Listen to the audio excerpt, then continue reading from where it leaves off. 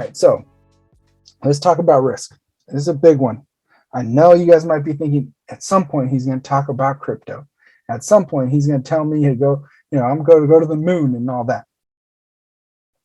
Look, if you have it in your budget and you want to invest that way,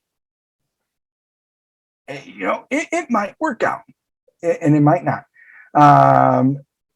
Just know that there is large risk investing in something like that because it could lose its value overnight. Not even overnight, just while I'm talking to you, it could lose its value. You never know what it's going to do.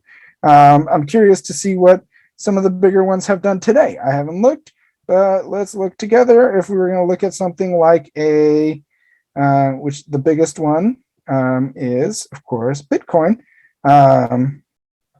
So if you're looking at Bitcoin, today was a good day, not a great day. It's about even. It's up 1%. But it could have been down 30.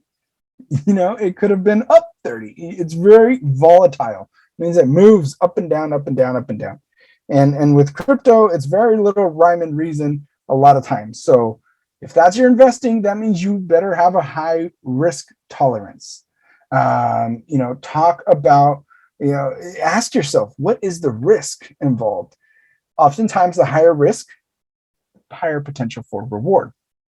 And this is across crypto or investing in maybe startup companies or small companies that may become the next great big thing, or they may go out of business. One of the two, or they may just kind of stay a small little company. And how much are you willing to risk? As a rule of thumb, as you're younger, you can take more risks because you have more time to recover if the market fails you. But as you get older, you have to tone down the risk and be a little bit more conservative. So highly volatile things like cryptocurrencies, potentially NFTs, those kinds of things, that market could skyrocket tomorrow.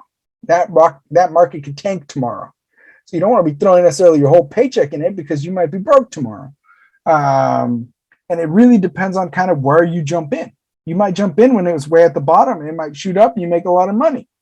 Or you might jump in. I have friends who have invested in some random crypto because they thought it was the next Bitcoin or the next Dogecoin or the next whatever.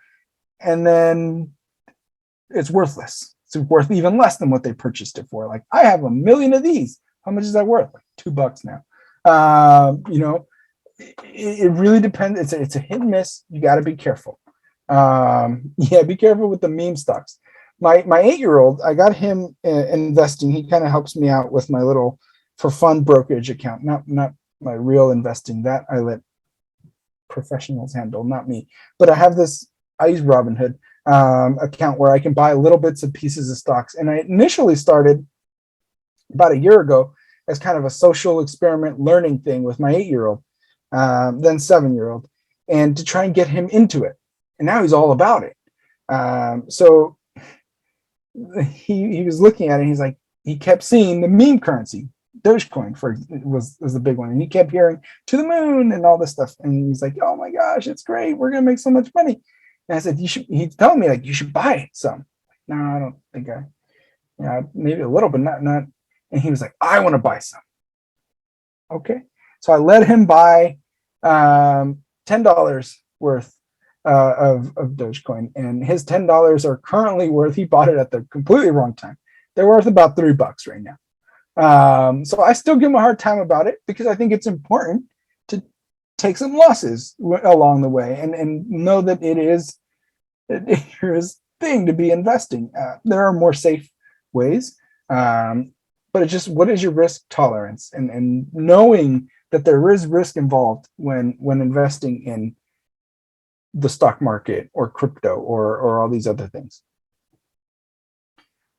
So generally, as you know, obviously you want to get some savings in, but then you can take some higher risk investment.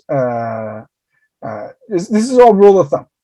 Higher risk investment options you can buy, and you don't have to do it yourself. That's the thing with investing. Like a 401k, you can automate it. You can pick a plan. You can pick your target retirement year, and it just kind of starts aggressive and gets slower. There are products out there to help you. You can pick mutual funds, which is kind of like a basket of different stocks. You can pick ETFs, which is like the same thing, but electronic, follows an index.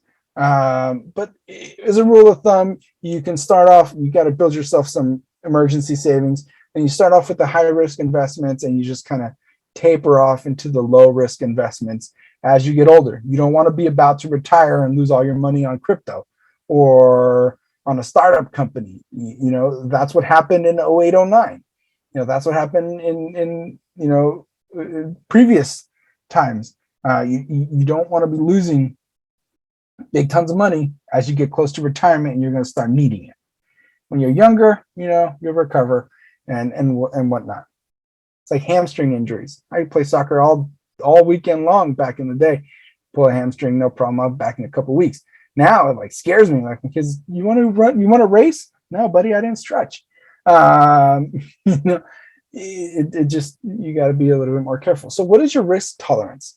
Can you tolerate the value of your investments dropping by $1,000, by $800? Obviously, you'd have to have that much money to invest it to be able to lose that kind of money. Can you handle losing half of your investments? Can you handle? If you can't, then you better not be investing all your money in crypto, because it happens sometimes. Can you handle seeing your investments go up without going, yes, buy or sell? I need that money. Give me that cash. Because then, that could potentially be tax implications and everything. Are you going to stress about it? I don't want anyone stressing about it. Like, oh man, the stock market went down yesterday. How am I going to sleep?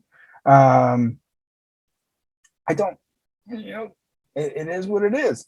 So, that you have to value your risk tolerance, and then everyone's is going to be different. So there's this thing when it comes to investing. This is really big on investing. It's a very important term.